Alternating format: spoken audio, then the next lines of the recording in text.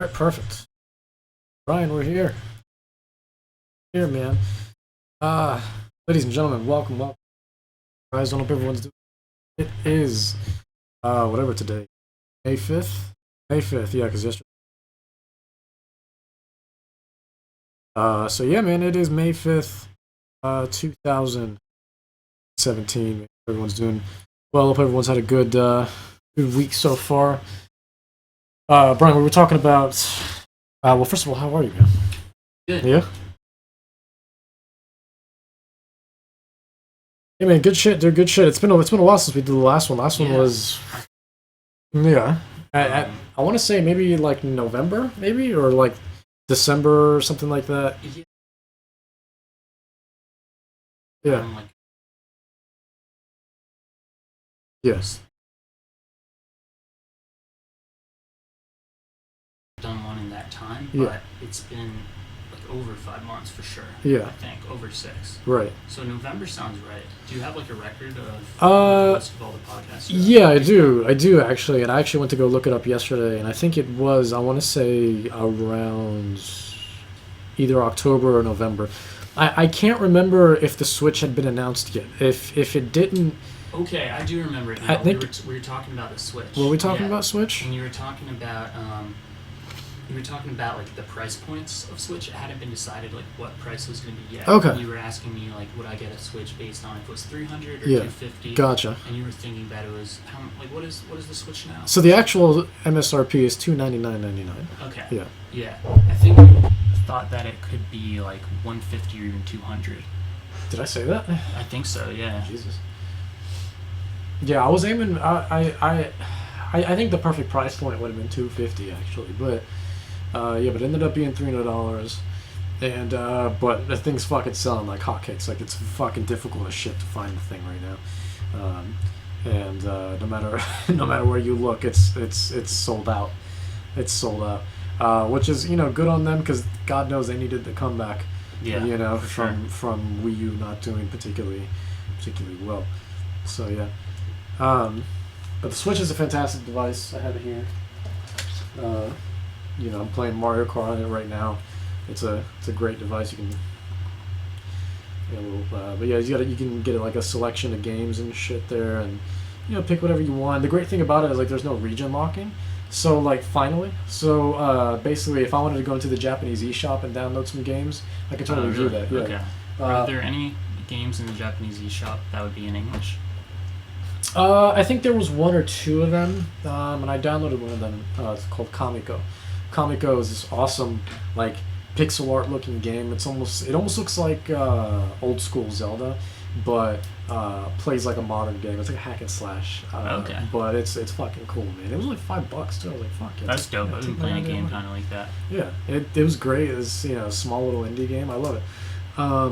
And I've downloaded a few demos as well. Like for example, the Dragon Quest Heroes 2 has a demo on the Japanese eShop. But for some reason, it's not. There's no demo on the American one, even though the game is coming west sometime later this year. So I don't know what the fuck that's about.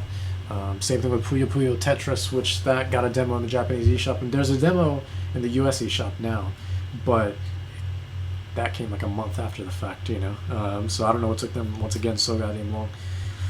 But yeah, I love that there's no region lock, because you can import games as well. If you want to import some physical games, it'll work no problem. Before, like on a 3DS, for example, if you try to play some Japanese game on your American, 3DS, it just wouldn't even read it. Have you tried that before? I haven't tried that before, no, but I know it's a thing because I've looked online, I've seen videos Okay. and stuff like that, and even Nintendo's like there's region locking on the Yeah, Switch. I've never actually come across a Japanese 3DS game. Oh, really? Yeah, like I've never seen one in person. Well, But not in person, obviously. I mean, I'm just saying Japanese in the fact that it'd be Right. straight from Japan rather than Right. just like it's a Japanese developed game. Oh yeah, that's what I mean. yeah, That's what I yeah. mean. Like a cart that was from Japan, like made for Japanese audiences. Yeah, like, yeah, would yeah. have Japanese in the title and everything. Oh yeah. Which We would wouldn't just be have kind that of cool here. to have. We wouldn't have that here. But there are some games that just never get localized. Right. And that's why it would be great. Where especially if you were fluent in the language, and you saw a game that appealed to you, but was just had no chance in hell for getting localized because maybe it was too niche or something like that, and there was no way they'd be able to really sell it too well here. Then fuck yeah, why wouldn't you want to import it and try it out? And for some reason Nintendo for the longest time restricted that. Was just like, hey man, if you're living in America, you better buy American goddamn games, and like PlayStation stopped that at PlayStation 3 doesn't even really have that much region locking, I mean there's some games that do, but a lot of the games didn't. And I guess maybe it was just I don't know if it's possible it might not have been like a conscious thing, like we're gonna prevent people from doing it, but the market already for people who would want to get games from outside of their region, like the market of people who are like in America who know Japanese, who live in America and they want to play like some Japan only games, already like a very small subset of their population, like if they had to go through some work to allow like a 3DS to be region or like region free, then I could see them not doing it because they'd be like, who's going to use this? But it is really cool now that the Switch, is finally region free. Yeah, and it's great because there's some things that they get that we don't get, and I'm sure vice versa as well. But like Vita's been region free, PS4 is region free, Xbox One is region free. Everyone's gone region free basically, because they don't want to restrict. I mean, if you're gonna buy something, that's commerce, man. You know what I mean? That's gonna add to the economy. Who the fuck cares where it's from? Oh, you want to give us money? Sure, let's spend the money. They really should be. You know what I mean? Yeah. So like a Nintendo console for the longest time were region locked. 3DS is region locked, unfortunately, because God knows there's a game. I'm a big fan of the Atelier series. I don't know if you're familiar with Atelier at all. Yeah, I've seen some. I've never played them, but like Atelier Tutorials. Exactly. Yeah. They have a bunch of different. Yeah, it's usually Atelier, and then like usually the name of the character. Okay. For Atelier, it's just kind of that universe basically. But yeah, and those games are fucking awesome, and I love those games. But there's one that came out to the 3DS, and only one that I think actually was a Atelier Tutorial game, and that came to the 3DS and never got localized. I want to fucking play that because I love Atelier, but even if I were to import it, it wouldn't run. It wouldn't play. It would just be like, what the fuck is this? Get this cartridge out of me. So it wouldn't run. It's just like, god damn it, like why? Like I'm willing to give you my money. I'll even pay the import fees and stuff like that. Right. You know what I mean? But you're just like, no. So the only workaround is you got to buy a Japanese 3DS and play the Japanese game on the Japanese 3DS. It's like, what the fuck? That one game, a game that should be $40 ends up becoming $240. You know what I mean? And plus, you got to learn Japanese too if you. Exactly. Yeah. Which is like I was just thinking about this because we were talking about like importing games and whatever. Yeah. And before the podcast, me and Dennis were talking about like learning languages. Yeah. You were just asking me about my sister learning Italian, and like, dude, I've tried to learn Japanese before. I like took a class for a little bit while I was in college. Yeah. That language is fucking hard to learn. It's a lot. It's fucking hard. It's like so much more of an investment than other languages. It is. It's a lot. It's a lot that goes into it because I actually have a little textbook that you work on as you go, and it's actually a really great textbook that teaches you really well. But man, there's some pages where I just have to fucking reread it like 15 times and stuff like that. I get a lot of words memorized and stuff like that. Like I can, like if you were to put like water is mizu, for example. So like, but if you told me fucking write it out in kanji, but then I don't fucking know. You know what I mean? Yeah, kanji. Like that's one of the things we did in the class. Like, is we started to go over I didn't get too far in that class, to be honest. I dropped it after about 2 days. Right. It was during the summer, so it was like an accelerated course, and I was taking like a computer science course at the time, which is already like a lot of very intensive like learning that had to be compacted. Like, dude, like there's 3 languages you have to learn 3 alphabets you have to learn for Japanese. Yeah, what is it? Kanji, hiragana, and katakana. That's yeah. Right, yeah. And like, dude, other languages, like I've taken Spanish, I've taken Latin, like, you just have to learn one alphabet, or it uses the alphabet you already have. Right. Like, well, I think that came to be because of just like historical reasons, right, and cultural reasons, because there would be like different parts of Japan that were just split from each other, and then like they all had their own dialect. It's like Cantonese and Mandarin, right, where there's like traditional Chinese and then simplified Chinese, right? So that's why it all kind of came. Though if I'm not mistaken, I think isn't kanji the one that's used the most? I think so, yeah. There's different uses. I'm not super familiar on them. I know, like, kanji, I think one of them is definitely, I think katakana is, like, more... Yeah. Okay, wait. I think hiragana and katakana are part of like the same subset. Yeah. We use hiragana characters for some things and katakana characters for others. Does that sound right? No, that sounds about right, yeah. I think like certain words are only in hiragana and certain words are only in katakana and use a combination of both. Yeah. And then kanji, I think kanji is like what you see on like signs and stuff. Yeah, yeah. Like I don't know, if you're walking through a city, it'll be like get ramen here or new clothes, sale, 70% off. Like that would be in kanji. Yeah. And kanji, I think, is kanji the one that has like 20? There's one of them that has like about 30 different characters. I think that's kanji. Yeah, one of them's like syllable based too. Yeah, I think that's kanji. Yeah, like syllable. Yeah, characters isn't the right word. Yeah, syllables. Yeah. Like they're like ha, na, like. Exactly, and each one is its own character. Yeah, each one is its own character. Exactly. Yeah. And I think there's like about 26 of them. I'm gonna look it up. Yeah, it's something like that, and but a lot of them are useful for like transitional phrases. That's the thing. Okay. Like no, for example, no, which that's like one of the only ones that I recognize always is like it almost looks like the at symbol, except it's almost like turned on its head. Basically, it's almost like a circle that just doesn't end up completing. Okay, so the total number of kanji. What do you get? What are you ballparking? I was way wrong. He was way wrong? Way wrong. Let's say 140. Keep going. Higher than that? Much higher. Multiply that by 10 and then keep going. Really? A lot. I was going to say 520. Shit. Okay. Well, you want me to multiply that by 10? Let's say... we're looking at about 1,400. Well over 50,000. 50,000. Okay. Fuck yeah. Right. So that's probably the syllable based. Yeah, exactly. Yeah. So it says in modern Japanese, the hiragana and katakana syllabaries each contain 46 basic characters or 71. So I think we were talking about hiragana and katakana. Maybe we were talking about hiragana and katakana because that's the one that's. I remember like learning that and having like a somewhat of a grasp on it. You know, like I had like a sheet with all of them on it. Right. You know, if I had something that was 50,000, I think I'd need like a few freaking libraries to hold all of that. Jesus Christ. Yeah, sounds like with all those pages. People say English is hard to learn, but dude, Japanese, like God. Dude, and I found like. And don't forget Romaji too. Romaji where it's like where that's just like that one. Even though for me is a little easier because it's just like. I know what an F and a J looks like and an A. Yeah, so it's just you speak in Japanese. It uses our alphabet. Exactly. It uses our alphabet, makes it a hell of a lot easier. Exactly. Yeah, and I think Romaji is like I think it's like the word itself is like it's like the romanticized like the Roman language version of their language, like hiragana, katakana, and kanji. Basically, like it makes it like. People from Western worlds are able to read it. You know? People who use like romantic romance languages and Latin like languages. Exactly. Like French and shit like that. French, English, or not English. French, Spanish, Italian. Portuguese, all those.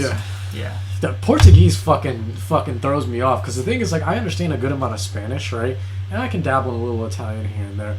But like every time I hear Portuguese, because it sounds so much like Spanish to me, and then they'll just fucking throw words that it sounds like they're having a stroke sometimes. You know, they'd be like, oh yeah, yo quiero, and then they'd just be like, holy fuck, just the span of words that's just like these sound Spanish. Yeah. I like in my brain I can kind of understand what you're saying, but then it gets concocted into this weird fucking you're twisting this shit crazy. Yeah, I totally feel you. When I was in the Netherlands, I had I had a couple friends from Brazil. Yeah. And they speak Portuguese over there. And I would always like... It's not Brazilian. Everyone thinks it's Brazilian. That's not even a thing. But it's like, Portuguese. And dude, like, I would sometimes like when two like when my Brazilian friend and like some of his Brazilian friends who also happened to be studying over there would like get together, they'd start speaking Portuguese. Yeah. And like, I would feel like I'd be on the verge of understanding because like you know, I know a bit of Spanish from just taking classes and also just growing up in an environment with a lot of Hispanic people. Right. But like, you know, it's like get thrown like a fucking curveball because it's just so hard to understand. And I would like try and ask them how like what they're saying, and I would use like the Spanish words I know, and they'd be like, no, dude, like they'd get pissed off. They're like, that's fucking Spanish. You're talking to me in Spanish, like fuck. How do you say this? How do you say in Spanish? Como Como se dice? Yeah, como se dice. Yeah, exactly. Yeah. I'd be like, so como se dice, blah, and they're like, dude. You're like, get the fuck out of here with that. And I'd be like, I'm sorry, your language just sounds like fucking Spanish. Like, you know what's funny to me is that just reminds me of like what you told me about, and it's true because I knew this before you went there, but then like you just confirmed it for me, where it's just like when you go to Italy and you go and you ask for a fucking like coffee, like if you don't ask for like a fucking espresso and you ask for like a coffee Americana type shit, they're just like, fucking Christ, man. Like they take their coffee seriously. They really do. They really do. So if you're just like, Italy, give me an iced mocha, they'd be like, get the fuck out of here. Yeah, they'd be like, what? With your American bullshit. Yeah, you know? Dude, honestly, I don't even think they would know what it is. They probably wouldn't even know what it is. Like, I remember when Starbucks there's like announced. there's one Starbucks in Rome. Or the last time I was there, like the first Starbucks in Rome was opening, which had been like contested for the longest time. Like Italians did not want a Starbucks. Like, that's the thing is, I remember reading an article about it maybe a year and a half, 2 years ago about Starbucks was finally going to move into Italy and try to go into that market. Everyone was fucking pissed. Yeah, it was like, don't you fucking like, you know, it was like fucking contentious. It was contentious. Yeah. They did not want that. And I'm pretty sure there was Starbucks in other parts of Italy. I think I'd gone to Starbucks in other parts of Italy, but I imagine 1 or 2 tourist spots. Probably. Yeah, but Rome like just did not have them. Right. But now, like you said, the last time I remember reading about that, or like when I was there, the first one was coming up. Yeah. Dude, I bet like they've just fucking multiplied. I bet there's a million there now. Probably. You know, like once you make a concession of those big ass corporate chains, and you're like, okay, fine, you can have one here, dude. They will just fucking like fuck you hard and be like, we're gonna have 50 all over. Well, that's the thing is because like Starbucks is a fucking $1 billion corporation too, you know, so they can just buy fucking fucking these plots of land, you know, and just be like, that's Starbucks. We own that. What are you gonna do? You gonna kick us out? We own that. There's fucking Starbucks there, you know. Yeah. Starbucks next to this fucking, you know, next to this Ferrari shop, you know, fucking Starbucks here, Starbucks there. One thing I thought was cool, like in like Rome or just Italy in general, though, like, you know, Starbucks is like, I like Starbucks, you know. I like Starbucks. It's good and it's like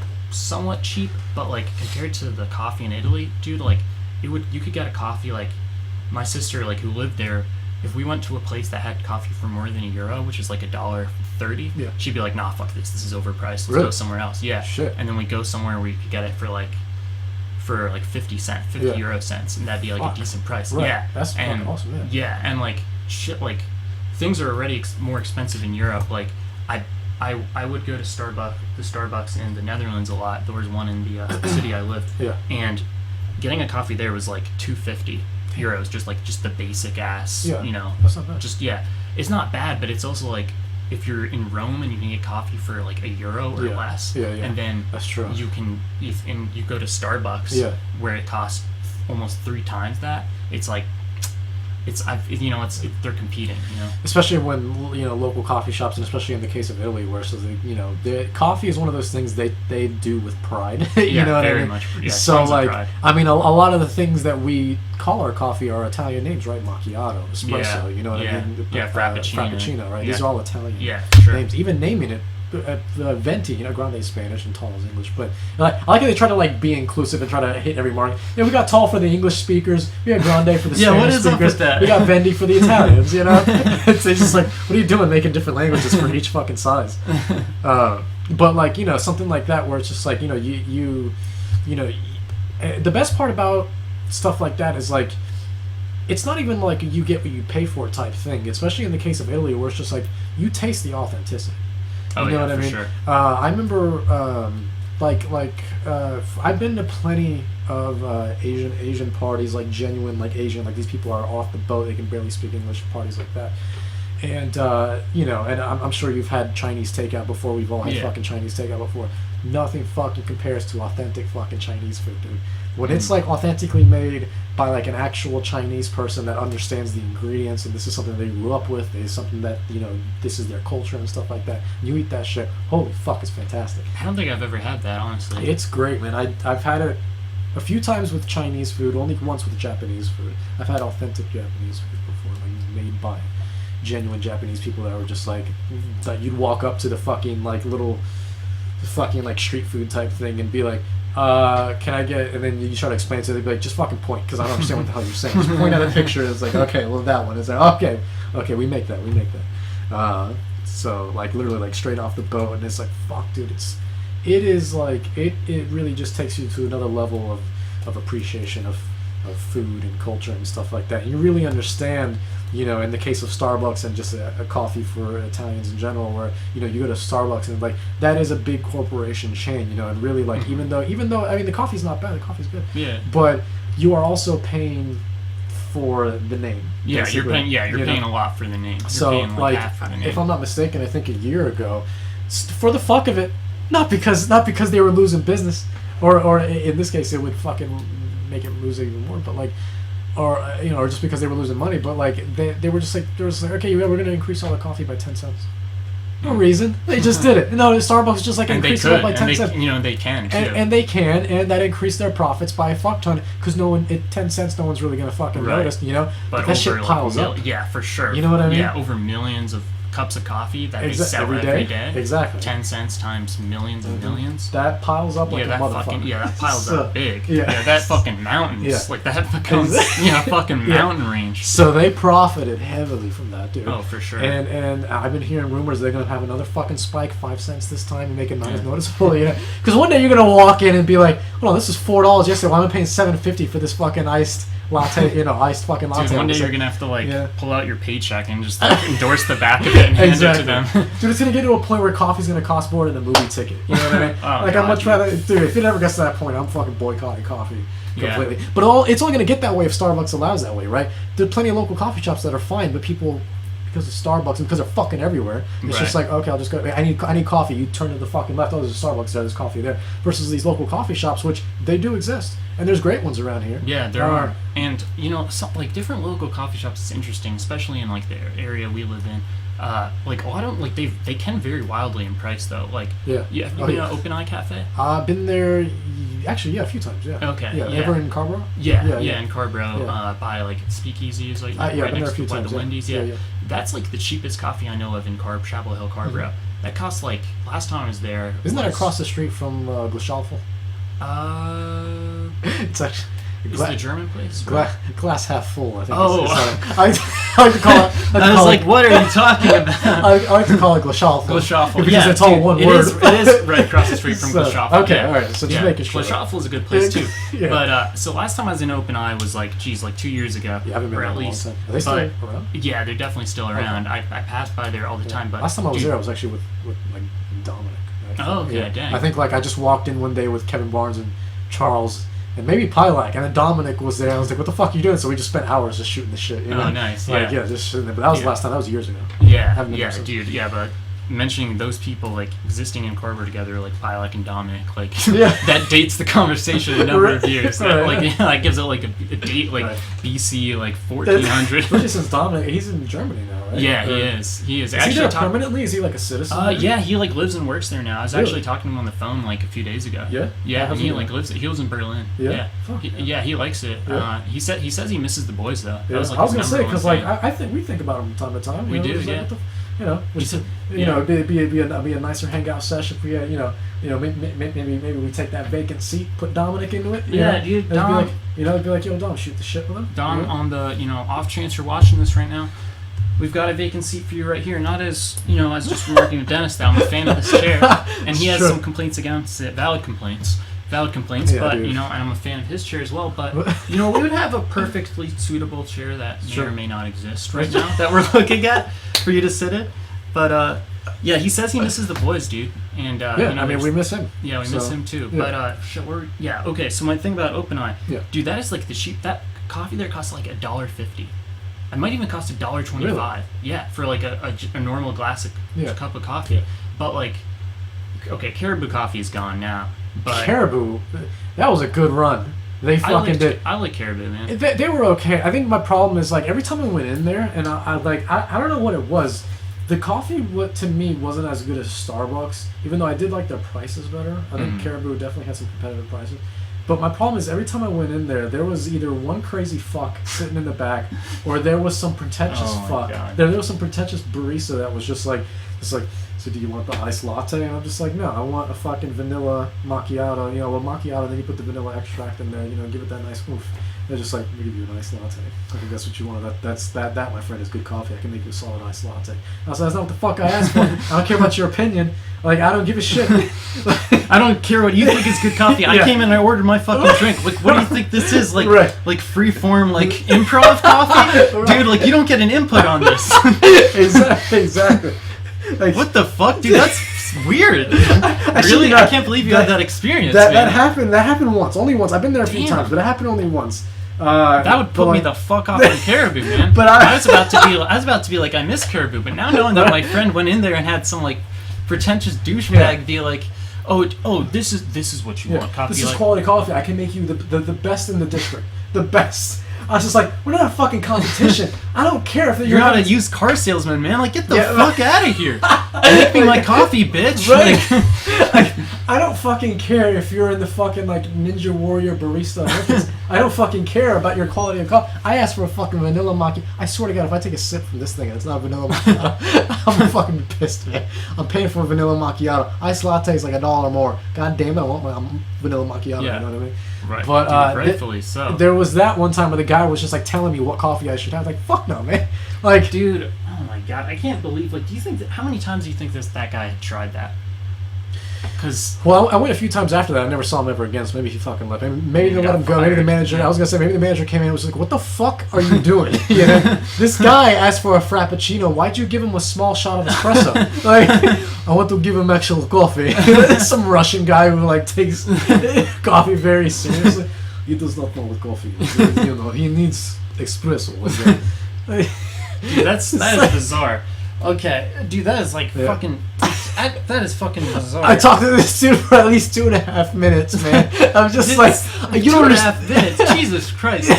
Shit you not. And he was the only one working there, so it's not like it could be like, can you fucking tell him to fuck? And he was like, this is the only guy I could talk to and be like, I swear to fucking God, dude, I do not want a fucking iced latte. I like iced latte, but today it's a vanilla macchiato kind of thing. You know what I mean? Dude, and that would make me feel like a dick having to tell the guy like what to do, because like I don't know, sometimes I have this weird thing, like if I'm getting like a server to serve me a thing, you know, I don't want to be like make it for my way, bitch. Like, I try to be polite. Yeah, right? you know, so right? Like you try to be polite. You don't know what the fuck they're going through. You don't know if someone came before you as a fucking asshole. Because it's kind of like a demeaning job in itself. You know, you're like making things for people and they're giving you like exactly what they want. Right. But if they come at you and try and tell you like they want it in this specific way, I'm gonna have to be like, dude, what the fuck are you doing? Right. Yeah.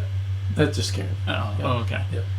It gets fucking stupid, man. It's like stuff that I asked for. Yeah. You know. Hi. How's it going? Not bad. But yeah, it gets fucking stupid. And there was one more time I think after that where there was this lady that was there, maybe two of them or something. And I shit you not, the whole time we're just like, I think I was with there one time with Kevin Barnes, and like we were in there, and I'm just like, all right, well let me get this. He'll have that. And they're like, okay. Now they understood what the fuck we wanted. However, we were like the only people in the fucking place, right? And I shit you not, rather than working on the coffee, they were just like, they put the cup under the fucking. I didn't even think they hit anything because I didn't hear anything come out. It took us fucking 5-6 minutes just to get our fucking coffee to them. No one was there because they were fucking chatting the whole time. You know what I mean? That's ridiculous, dude. I was like, hey, that's two bad experiences. Yeah. Like, that's come two on, bad experiences. Was that a chain? Huh? Caribou, was that a chain? I think Caribou is a chain. I think it is a chain. Yeah, it went out of business, or they just moved. Did they really go out of business? It's not there anymore. Like the one by on Franklin Street. Yeah, it hasn't been there for a couple of years. Yeah. I try to avoid that direction, so I don't know. I got you, rightfully so. I'm like you mentioned earlier how there's like some sketchy motherfucker in there, which is definitely that part of Franklin where you get just like fucking crackheads and you know oddballs down there. Yeah. Mixed with like pretentious. It's not like quite into Carver enough to get like pretentious douchebags in there, but I can see how one of them might have drifted. Yeah. Drifted and so in there. So the closest one, I think there still is one in Chapel Hill. It says. Really? Yeah, but other than that one, the closest one is in Raleigh, 20 miles away. Wow. No, I think that one in Franklin Street is still there. I'm looking up on Franklin. It's definitely not. I remember when it closed down. It says. Yeah, I see it on. It says on. Yeah, 1406 on East Franklin Street. Maybe it moved. Is that? Oh, I'm gonna have to look. It might have moved. I can definitely believe if it moved. That it was kind of tucked away. It was like that one behind Eastgate, anyways. Wait, maybe we're thinking about a different one. The one I'm talking about is on That's the one that I went to. was talking about was on Franklin Street, Yeah. near like in downtown Franklin Street, like. Oh, that one. On Rose. That like, one's definitely not there anymore. Okay, I you know the one one- you're yeah, talking about. yeah, it Okay, used to be gotcha. there, yeah. I've been there Downtown, once. like, No, you yeah. know. The experiences I was talking about is the one. like by Chapel Hill. That by one's next to UNC. Charles's house. Oh, okay. Yeah, that's the okay. one that's literally next to Charles's house. Oh, okay. So His house now, his apartment now. Yeah, the one now. Yeah, there's There's a literally Caribou one. Coffee there. Yeah, there's one. Not at that light where you turn left and then you're over by University Mall, but like literally like a block down. There's a Caribou literally right there, and it's right next to like a Korean restaurant. Dennis, did you know they're building a Dunkin' Donuts next to Charles's place? Oh, they fucking really? Morgan posted a picture of it. A Dunkin' Donuts. Uh-huh. Okay, all right. Well, every time we stop by there now, Uh-huh. we'll walk in with some donuts because your boy's walking in picking up some donuts. And coffee. And get some coffee as well. God, yes. That sounds fantastic. Yeah, I forgot. So why did that one shut down? Is that one was just... I don't know. I remember. I mean, that one was in a remember bad seeing it spot shot too, down. though. That one was next mean- to like a FedEx, wasn't it? It was like next Yeah, to... but I mean, like. Even though it was kind of a nice shop, I liked it. Yeah, I don't think it was in a bad location because like Starbucks was literally like less than a block from there, like Yeah, that Starbucks is very 2 minute tiny, too. walk. 2 minute walk. Yeah. I mean, it was, I guess, not as ideal as it could be. I mean, I'm sure the real estate on frickin' Franklin Street is like, God, I don't even know what it is. Yeah. It's probably expensive. Well, as hell. I guess bad location isn't really the word I should use. I just meant like, not bad location isn't like, oh, you're in Franklin Street, but like bad location isn't being like, I mean, look where you're positioned relative to everything else. Right. and Yeah. then, It you is know, like on the side. Yeah. Like you. Like Starbucks, you see Starbucks. It's on Yeah. the corner, and it's on like on that very Yeah. busy intersection too. Yeah. Yeah. So The you see Caribou it. was. There, you would have no reason to go. Yeah, it was next to FedEx. You're right. Yeah. You'd have no reason to go there, like to be walking down there. Yeah. I mean, there's like yogurt shops and things down there, Something like that. but it's not like the main drag of Franklin where you have like the T-shirt shops and Yeah. Starbucks and what else? I don't know, the bars and stuff like that. Yeah. Where like all the students and everyone who's like, I don't know, tourists and crap. Because there's like a surprising amount of tourists always walking down. I Franklin believe it. I Street. mean, Franklin Street's got a name for itself Yeah. because of number one, Halloween, and number two, because of every time UNC wins Yeah, anything. basketball. Yeah, Yeah, fucking Dude, it like, gets flooded. The number of times, like it always surprised me. Like when I was going to UNC and I'd be walking down Franklin, I'd often see like some older or some kind of older people, but like young parents Yeah. would be like with their little kids. They'd be like, "Oh, this is where UNC is right around the corner." Like they're clearly not from Chapel Hill. They were like showing their kids Franklin Street, which is it's just like a street. It doesn't really have any landmarks or anything. Yeah. That's what my friends did when I first moved here. Oh, really? Yeah, they literally, I walked up and down Franklin Yeah. Street, and part of UNC, they're just like, oh, you need to see this place and this place. I'm like, It all bores the It's a shit out of me. street. I was gonna say it all bores the shit out of me. It doesn't have any Yeah. like big. I mean, like campus has some like interesting statues. You want to know of the history most and behind ridiculous them thing I things. ever heard one time walking down Franklin Street? I remember I was walking down one time. I don't know what the fuck we were doing. I think we actually might have been going to Caribou, but regardless, there was somebody who. This was closer to around nighttime, and we were just leaving, and there was a guy who was.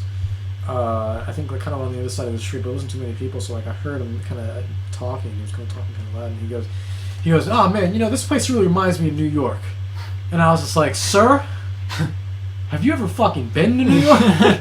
This is nothing compared to fucking New York." Maybe like maybe he didn't even Maybe say. he didn't mean, like, downtown Maybe New he meant York. like. I don't know. Maybe he didn't. Maybe he meant like upstate New York. He or didn't something. specify, Yeah. but like I was And if just Yeah, someone yeah, says New sounds- York, huh? did he have the accent? No, he didn't. Okay, then He's he's just probably some- never been to New That's York. what I mean. He's just some fucking tourist, and I'm just like, seem like a brochure you- of New York. yeah. This So I was gonna reminds me of say, that one picture I saw of New I'm York. hanging with Kevin. He's from Manhattan too, so we just kind of look at each other like, "You should fucking tell this guy. You should fucking tell this guy." Fucking It's like something like New York. Chapel Hill is Yeah. still Yeah. very much a town/city. Yeah. Like mostly focus on town. Like, Yeah. It's nowhere near big enough to be. Yeah. Well, somewhat. I just see it Diverge. really as just one gigantic college campus, really. Yeah, it's a big college town, but there's like when I went to App State, that was like literally just a college campus. You had a street that was like a fifth the size or importance of Franklin Street, Yeah. and it had like nothing on it, Yeah. and it was just the campus and mountains and shit. So, but yeah, fuck, what were we talking about? Okay, yeah. So, original point. Caribou Coffee. Now, Yeah. if I'm mistaken, I don't. Yeah. I only went in there a few times myself. I've never had like one of those horrible experiences like you had. Yeah. I mean, it wasn't something I would consider horrible, but it was just like, sounds what horrible the to me, fuck? dude. Like, that's like the antithesis of what I want to happen when I want to get coffee. I'm like, fuck, tell me what Thank to you for order. using that word, antithesis. That's a word that I like a lot. That I feel like most people. Thank you, dude. Need Let's to fucking pound over it. Thank you, That's man. because Thank you're you. a walking dictionary. I am, but it's a word that number one is very useful. Number two, I love the word. I think it sounds. It's good. a good word. It's a good word. Yeah, it man. sounds good. Yeah, it's sexy to the ears. Like, And gives me a people little think it's a lot more. It gives me a tingle. Right? That's what I'm saying, man. And it makes you sound smart. Exactly. And even though the word itself has a pretty simplistic Any meaning. word will make you sound smart. Oh yeah. Well, Of the word itself has a simplistic meaning, which is just the opposite of. Yeah. Right. So it's just like, you know what I mean? It's just like people hear a word that sounds bigger than it actually is, and it's just like, I can't. That's not something I can have in my vocabulary, man. Yeah. That's not part of my lexicon. Yeah. You know what I mean? The lexicon, another good word. I'll pound it for that too. Oh, man. Yeah. Because that's a word you don't hear in everyday vernacular, if you will. You know? Thank you. Yeah, pound that. There we go. You know? Yeah, lexicon. Yeah, like a set of words. Yeah, dude. All right, so okay. Don't forget nomenclature. Yeah, nomenclature. That's a good one. Yeah. All right, we're gonna have to take a Get another quadruple pound pound. right All right, quadruple pound. I'm gonna have to think of another one. It's gonna, we've kind of gone through the standard, or not even the standards. The ones we've gone through. Good amount of synonyms. A good amount of synonyms. Yeah. There might not be too many more that we can. I think we got the essentials. But yeah, we've got the essentials, and we'll come back. But Yeah. anyway, okay. The point. So coffee. Caribou coffee. Yeah. It would cost like I think remember paying like close to $3 for a cup of coffee there. Yeah. Which compared to like Open On, it costs $1.25, $1.50. Right. Did they have? And you're talking about like the same type of coffee, right? Like Yeah, just an like latte just- versus yeah, an just- iced latte. Versus, Like Obviously, whenever every I coffee's order in it. coffee, I always just order like the black, just the straight, black. just coffee, like Yeah. nothing in it. Gotcha. I'm not a fucking savage. I drink it with milk and sugar and Right, shit. right. But or I'm not one of those people who drinks black coffee. Just give me the fucking. Yeah. Just give me the fucking handle. Or one of those people, who like drinks black coffee and then has to tell you they drink black coffee and that they only drink black That was coffee. everyone at Seattle's best, which is actually What is that? Seattle's worst, because Seattle's best coffee is fucking disgusting. Hey! You're reaching upon territory. Am I? Yes. Every time I've been to Seattle's best coffee, Is that That's it? because you're the not recipe? getting it straight from Seattle. oh, I know, but you like, need to go to Pike's Place. so what Starbucks is to Barnes and Noble is what Seattle's best was to Borders. Remember Borders? Okay. Yeah, the of course. bookshop. I So- had gift cards that one expired. Yeah, well, I mean, good luck They're trying to find a also- Oh fucking yeah, one. I know they're gone. Yeah, It's they're that chain is completely completely gone. gone. Yeah. So is yeah. Hastings. Hastings completely closed down. God, everything's fucking closing down. Barnes and Noble's becoming a fucking monopoly, man. Yeah, It's ridiculous. Yeah, for sure. I think there's like a Books A Million. I know there's one in Florida because I've been to it, but like after that, we have Flyleaf in Chapel Hill, So- which is like an independent bookstore, but I can't Yeah. think of. but as far as like large chains, In chains, Yeah. Barnes and Noble, like fucking what else? It used to be Borders. Yeah. I think Barnes and Noble bought Borders. Isn't that what happened? I'm not sure. I wouldn't be surprised. Usually when stuff like Aren't when there's like a monopolies- similar dude, Aren't competitor. monopolies illegal? Huh? Like wasn't that like a They're Yeah. like thing? everywhere. Wasn't that a thing in the 20s? Yeah. Like that they Yeah. fucking They- made monopolies illegal? They still then are why, illegal. Then why is Barnes and Noble They- allowed to exist? This It's a is a fucking monopoly monopoly. Well, Disney owns Marvel. They own Yeah. Star Wars. They're getting to that point where they're starting to own. They own Pixar now. Yeah, that's I think true. they might own. They don't own DreamWorks. I don't No, think. they don't own DreamWorks. No. But like Pixar used to be owned. Not a lot of people know this, but Pixar was an Apple company. Apple. Yeah, created yeah, Pixar. I remember that. Yeah, Pixar. And And they then, were like they would work with Disney, Yeah. but they weren't owned by Disney. right, which and it was wasn't a until actually distinction. pretty recently, probably in the was it 2017 now. So at least in the last maybe I want to say 5 to 8 years where they acquired Pixar. Yeah, I'd say like 5 years. So yeah, less than Pixar's 5. been around for a fucking while too. It has, yeah. I So, mean, since the before At the least creation 90s. of Toy Story, at least which yeah. was 90, maybe late 92. early 90s, I'm 92 looking would make at it. sense. What came before Toy Story? Was there? Well, that was their first movie, but Okay. they were created before the first movie. Yeah. I think they had made like a short before then. Okay. Let's see.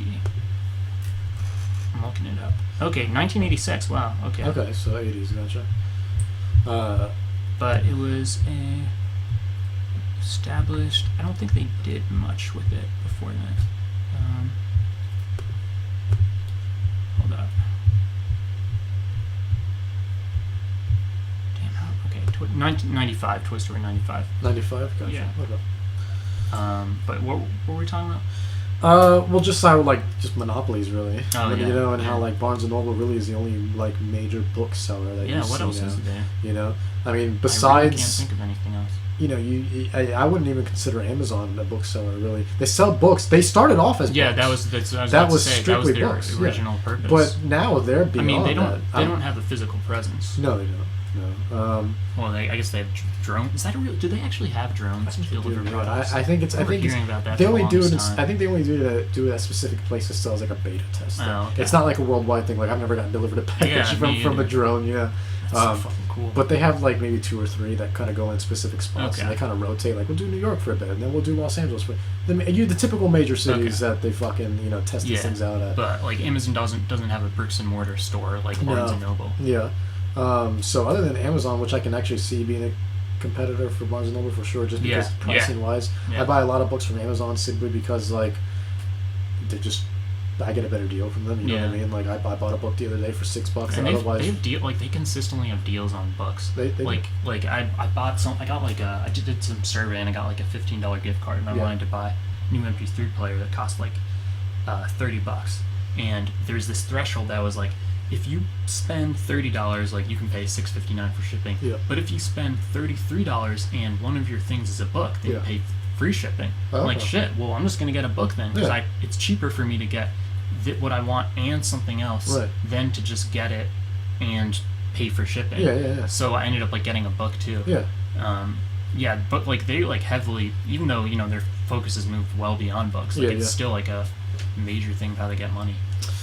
Yeah, and it's the thing that drives me the most crazy is actually Barnes and Noble on their website. They actually have decent deals. Really, I've But never been on their website. They don't fucking price match their own goddamn site in the store. Mhm. They don't price match, period, and that Damn, includes their own I site. hate when stores do that. Man. I know. I hate when stores Like do it's that. like it's on your especially like when you look at something online and you go oh shit, that book's on sale for like $6. Oh fuck, this is Barnes and Noble like 10 minutes away from me. Let me go fucking stop by rather than paying shipping. And then you get there and it's having 20, to wait. yeah, and it's fucking $15 goddamn dollars, and you're just like, because they're still selling it from the MSRP, especially in the case of like a manga or something that they have the price usually Right on the back. Yeah, like physically on. Exactly. So like it'll say $12.99 or something, but then on the website it's on sale for $6, and you kind of go in, you're expecting $6. You put it on the scan and it's just like, okay, well it says $12.99 here, but obviously when they ring it up, it might show up as $6.99 on the computer. That is weird they don't do that because many stores do. Drives me Like fucking even crazy. other like big stores like Best Buy does that.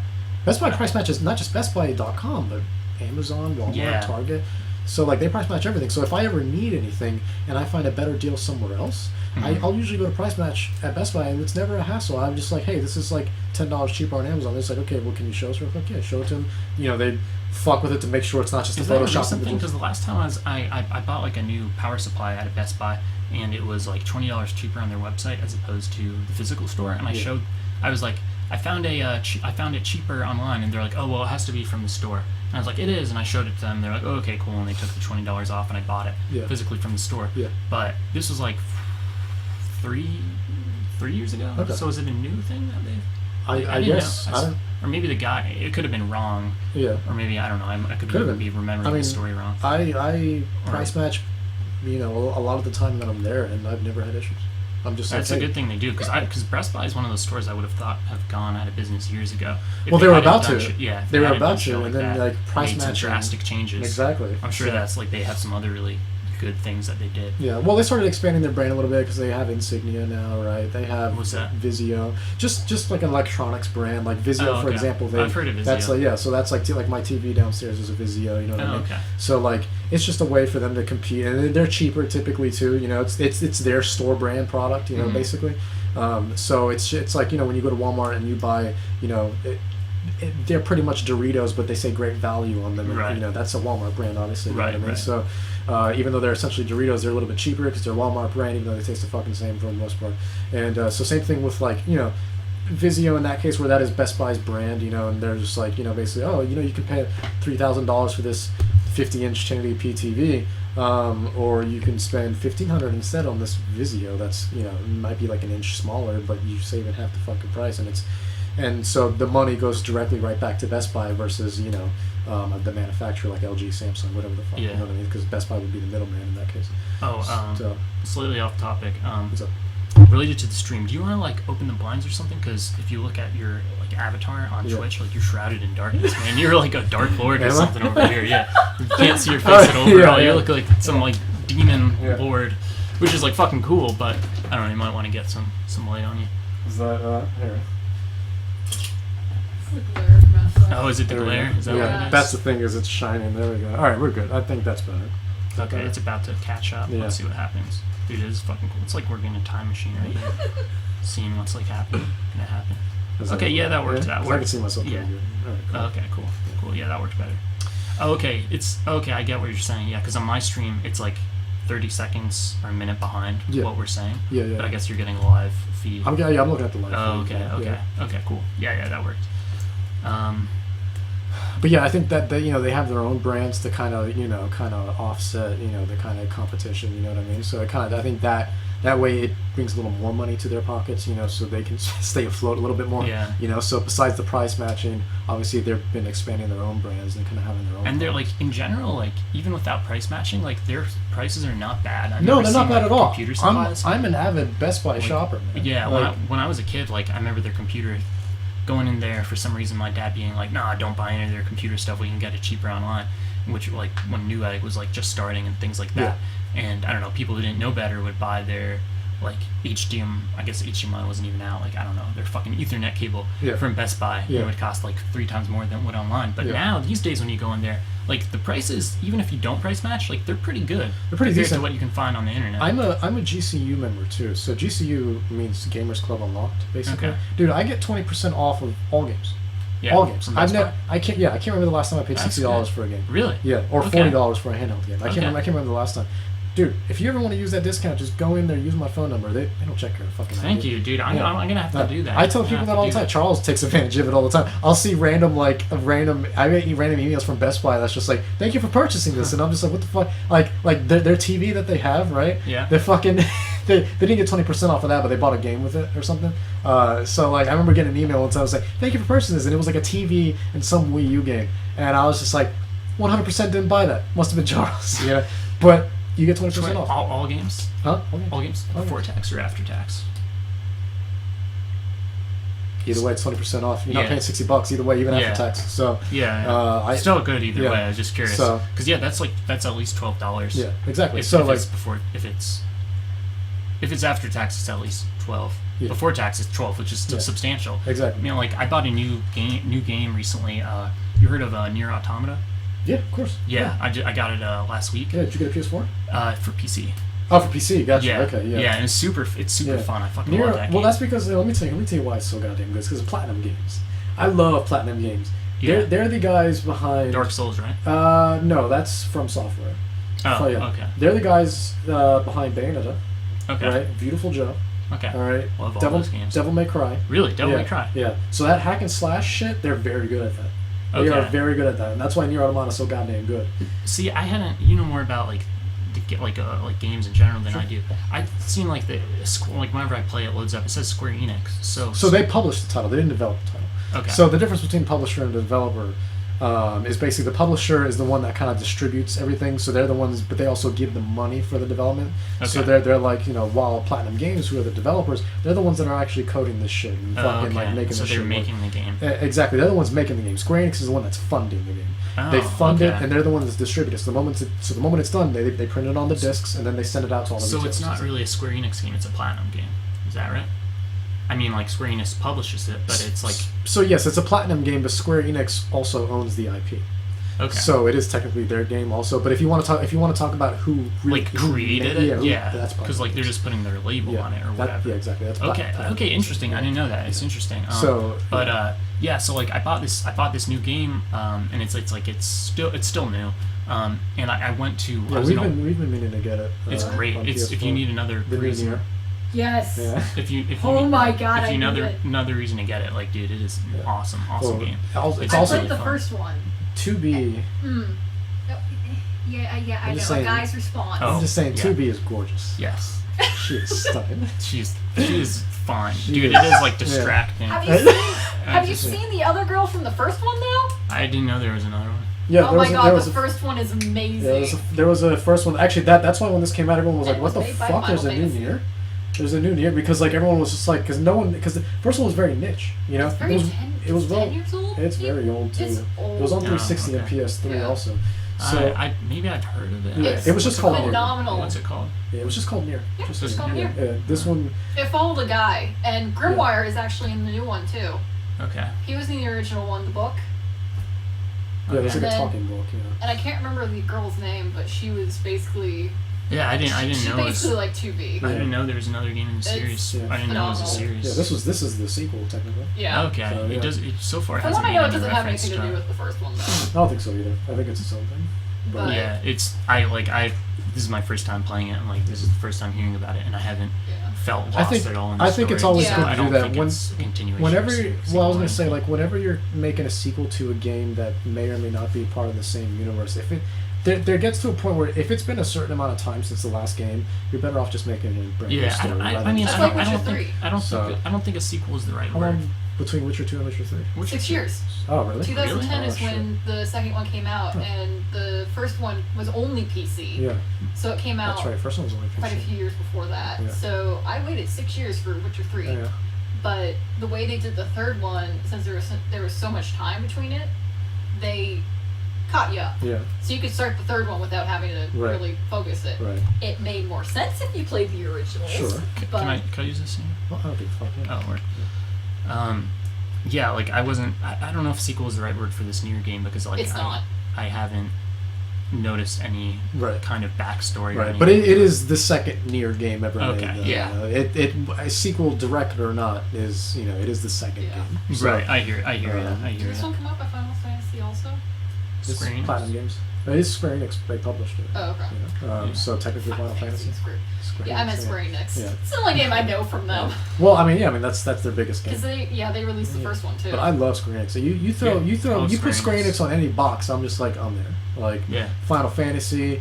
They own the fucking Tomb Raider franchise now. So Oh, really? yeah. Okay. So like They did Chrono Trigger too, didn't they? or was that before? Well, that was SquareSoft. Oh, okay. But so SquareSoft. So Merged. there was SquareSoft and then there was Enix, and then they merged and became Square Enix. Oh, Yeah. wait. What about Square Circle code? Do you remember that? I always thought it was Square Circle and Enix. I didn't know it was. Circle is a thing, but There was this company called Square Circle back like in the PS1 days. that sounds like something that would be from Sony, because squares and circles are obviously on the controller. But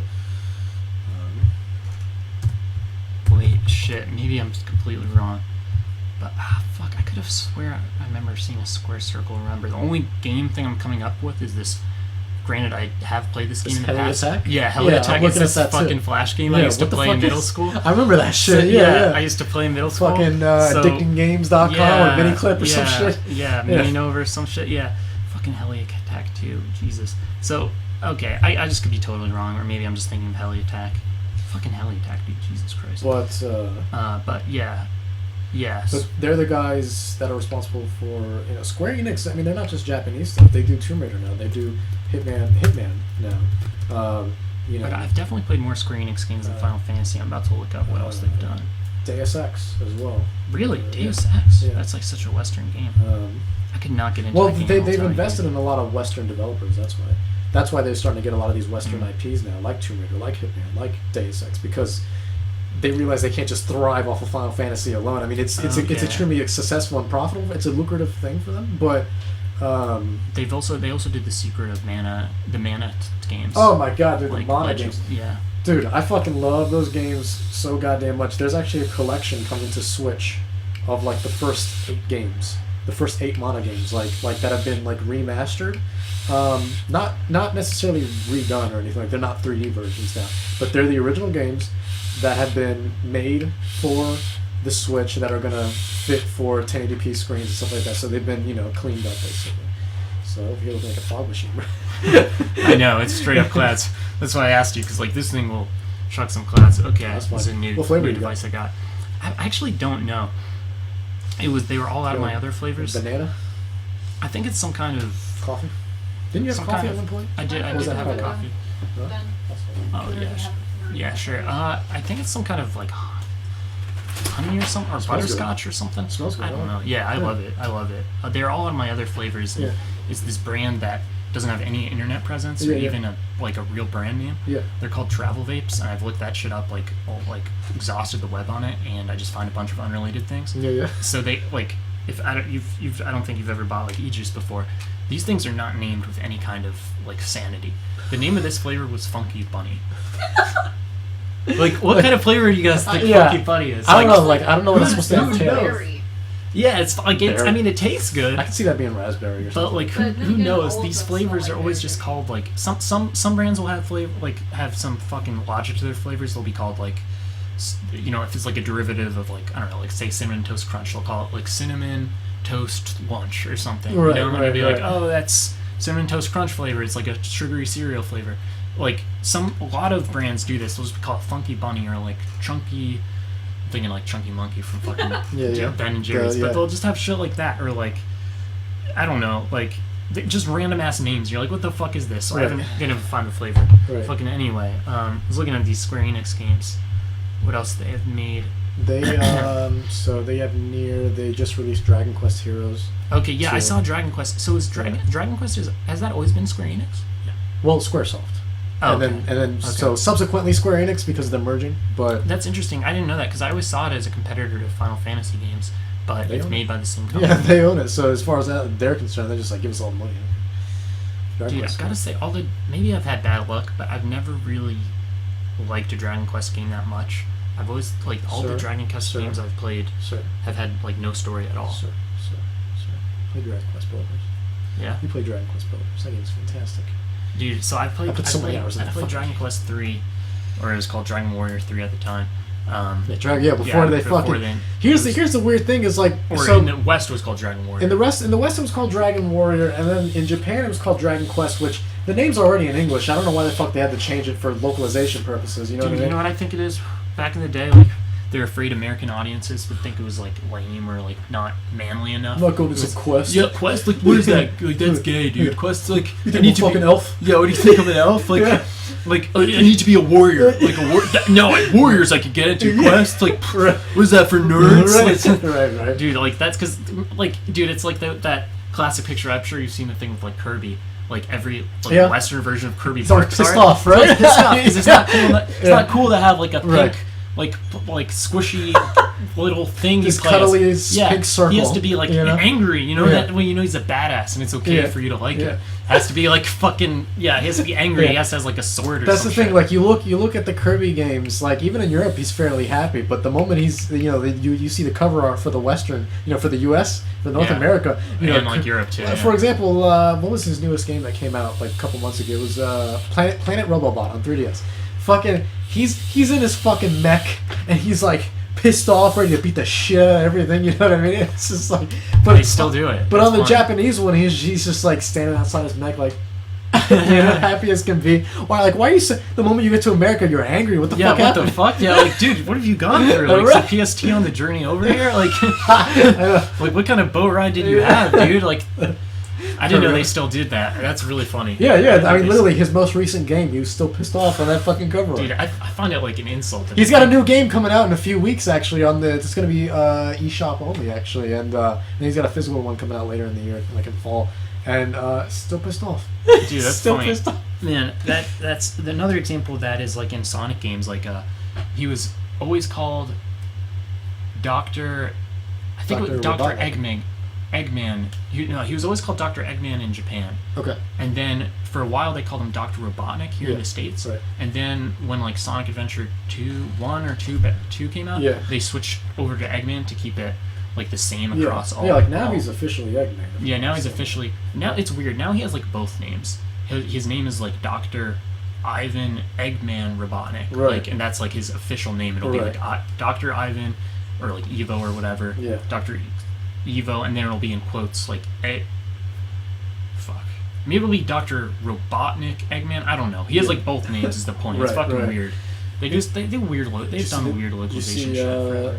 Did you see the new footage The new Sonic game. Yeah, I did. Not Sonic Mania, Sonic Forces. Did you see the I'm pretty the sure. new 3D one? I've seen footage of a new Sonic game, but I can't remember what the title was. It's the new 3D one. They just announced the name not too long, like a few weeks ago. But okay. Sonic Forces. I saw something recently. Yeah. Sonic Mania looks cool too, though, just because they're going back to the roots of just that 2D style. Dude, the number of times I've heard like them say Sonic games, and the two phrases like Sonic game going back to its roots. Yeah. Like, dude, I swear we've had this one's actually 2D. The other ones have been like going back to their roots, but they're still 3D, and they're fucking like they try to combine. Generations was I was gonna say like Generations. Half the game was 2D. Yeah. Oh, really? Yeah. Well, I don't mean 2D as in like necessarily side scrolling. I mean 2D as in like even the art. Like, okay. I have seen that footage. Like this looks like a Sega Genesis game. I have seen that footage. Yeah, it is like literally a two-dimensional game, like not like 3D models in a 2D plane. Exactly. Yeah, it looks like a Sega Genesis game. Yeah. That game looks cool. Yeah. That game looks cool. Game's coming out in a few months. I think it got delayed actually. It was supposed to come out last month actually, but it got delayed. But you know, I hope it doesn't go through. Have you ever seen the picture called like the Sonic cycle? I'm about to post. What, where you like you get hyped? You know what I'm talking about. Yeah, you know exactly, that picture? Yeah, it's then like it comes out. It's just like a plummet. Yeah, dude. Like I hope it doesn't happen because like I mean we've talked about Sonic a lot yeah, here. Like, Sonic Mania looks like it's going to be promising, especially for those hardcore like old school Sonic fans. I have no doubt. I feel pretty good about that. I think people are going to fucking love that one. So the cynic in me says we're in the hype stage right now. Now I'm in the hype stage for Sonic Forces, which is the 3D one. Okay. Because for me, I want another great 3D Sonic game. And this game, I'm still not convinced yet, but I'm still excited. Here's the thing. I mean, we've probably talked about this before, but it's been so long. We've talked about Sonic many times. We've talked about Sonic many times. It's usually me bringing it up, but I apologize. Like, I just... No, you're a Sonic fan, and I like Sonic too. So. I don't know if he can, like, really exist in the 3D sphere. Like, in the 3D you brought sphere. that up before, yeah. He's, like, never... there's been some good Sonic games that have come out since 3D, but... Yeah. A lot of, like, the complaints people always have complaints with them. They say that, like, oh, you're just holding up to win. You're just holding up and pressing, like, the jump button. That sometimes it's, like, a big quick time event. Or you don't feel the speed. You don't feel the speed, or... Which is what Sonic is all about. Yeah, and it's, like, or if they slow down, people are like, Sonic should be going fast. You shouldn't have to slow down. But then other people are like, you know, you should. Otherwise, you're just holding up the whole time. And, like, I get it. I guess there's... Sonic is one of those franchises that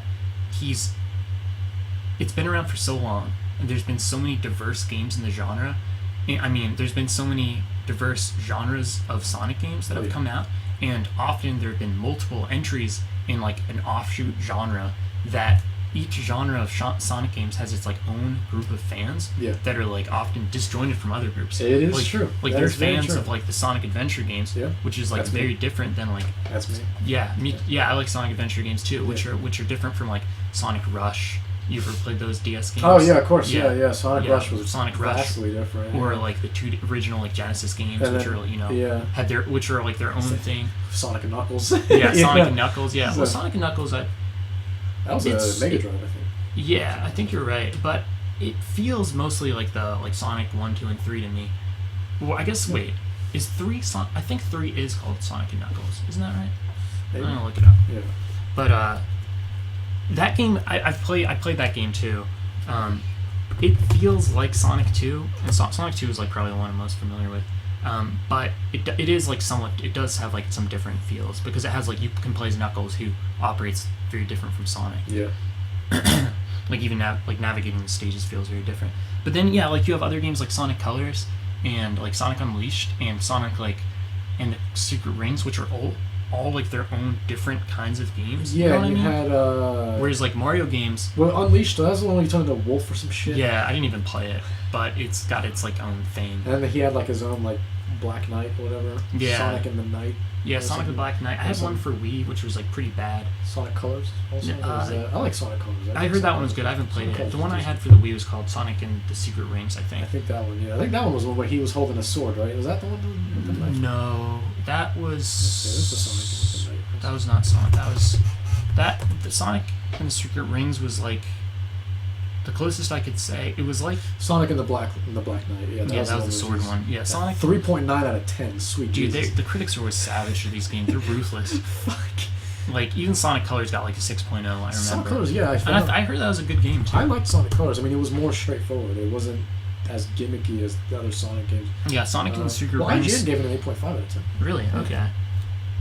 Maybe I'm thinking... I remember there was this, like, incident, like, when a new Sonic game came out, 3D, for, like, the last 10 years, and it had like a lot of hype. It was like the dev team, like Sonic team, was like, we're trying to make a good Sonic game for once, and then some big review thing, I thought it was IGN, gave them a 6.0, and so then Sonic team, in like retaliation, they like baked a cake, and they wrote like 6.0 on it in frosting and gave it to IGN as like a fuck you guys. I gotta look it up, dude. Do you said you have a Twitter now, right? Or you at least. I have a Twitter, but I never use it. Okay, if you do use it, you need to follow Sonic the Hedgehog. Like, Sonic the Hedgehog is actually like managed by Sega and Sonic Team, that Twitter account, and it is fucking hilarious because I think they've embraced the fact that a lot of their games are just shit. So like, that Twitter feed is just one gigantic meme, and it's fantastic, and the humor's great. And I love that Twitter account so much, and it's official too. Like, Sega runs it, so. Okay, that sounds good. Yeah, if I can just never. There's only so many social media things I can keep up with. I hear you. I only do Twitter and Instagram. So.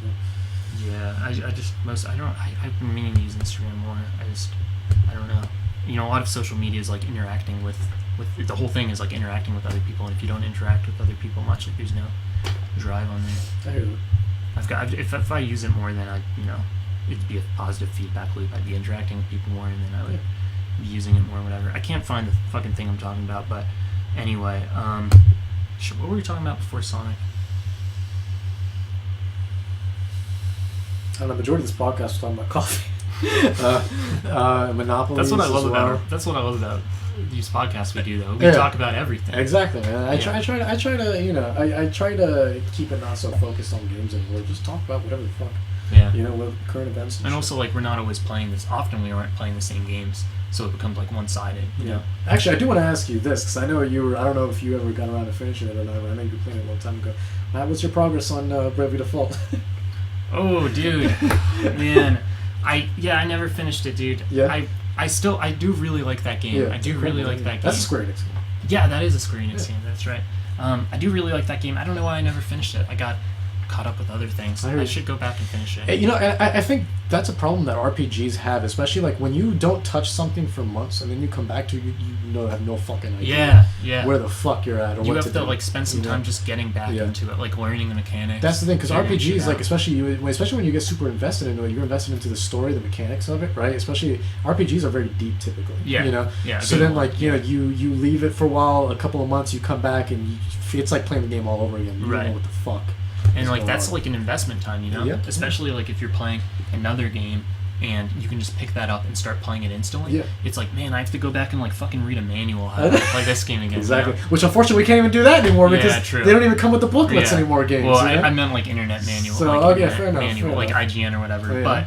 But yeah, the point still stands. Like you have to like basically read like a textbook to figure out how to play the game anymore. And especially like an RPG, like when it's not always clear where to go or something, you just pick it up and you're like, oh, just a figure on the world map, and you're like, what the fuck am I supposed to be doing? Right. And you have to like spend a lot of time and a lot of random battles just like figuring out where to go. Right. And then you're like, wait, this dungeon, have I been here? Better go in and check. Like 10 random battles later, you're like, oh, this chest is open. I must have been here before. Shit, better go back. Or you end up, in my case, I always somehow conveniently end up going to a place that I should not be at, face someone who's like 20 levels higher than me, get my ass handed to me, and I'm just like, fuck this. This is the game telling me, shouldn't have fucking, hey man, we leveled up while you were gone, and you're still the same old bitch ass level. Too fucking bad, man. Should have finished it while you had the chance. Like, alright, fine, fuck you. Dude, I should go back to Bravely Default, but I've been busy with Nier Automata, League of Legends. I haven't been playing that as much recently, but this, you mentioned like playing some like Zelda like pixel art game. I've been playing this game called have you heard of a game called Hyper Light Drifter? Yes, dude. I've been playing that. I haven't played it, but it looks fucking great. It's great, and it costs like $10. I think I got it on sale for like I think it's actually $7. on the Switch eShop. Really? Yeah. Let me I got it on Steam. I played on my PC, but if you're looking for like a Zelda clone, like, or not, it's not a clone per se, but it's like, open world, top down. You have a sword. There's like puzzles and obstacles. It's like kind of, it's similar to if you've played any indie game, like a lot of them are sort of like But I mean like someone in general, like if someone has played like an indie game before, they'll know that there's a lot of them have a lot to Zelda, but just the way the game works. Absolutely. Yeah. So this game it's a really good game. It's got a lot of depth to it. Right. It does some things original which are really cool. Yeah. Like it's the story is told, and the entire game has no words at all. It's told entirely through like pictures and graphics. That's like Journey. You ever played Journey? Yeah, I played it a little bit. Yeah. Journey's fucking incredible, man. Journey was like that, no dialogue at all. There was everything. The story was what you experienced basically, and then you would find the occasional like hieroglyphics and stuff on walls that would tell you even more of the story, basically, that you would have to depict. So were they all like pictures? There's no words at all. Exactly. Okay. With this game, Hyper Light Drifter, like it is an indie game. It does have a limiter, a smaller. I remember playing Journey. I didn't play it much, probably an hour tops. At a friend's house. That's Kamiko. You can kind of look through the photos that are there and kind of read the description as well. But this game, $5, dude. You know what this I mean? game looks a lot like Hyper Light Drifter. I really wonder if it's the same dev team. I mean, a lot of these games. No, I don't think so. That's by Circle. They do a lot of cheaper indie titles. I think Hyper Light Drifter was by. Gotta look it up. Whoever did like that shit. But dude, those pictures look like really similar to it. I gotta look it up. I'm sure you're right, but.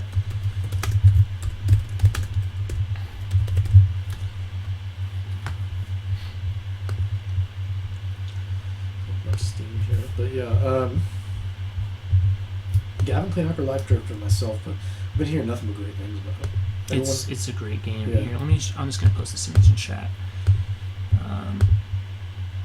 just to show you like that I would have confused the game. Well, yeah, check this out.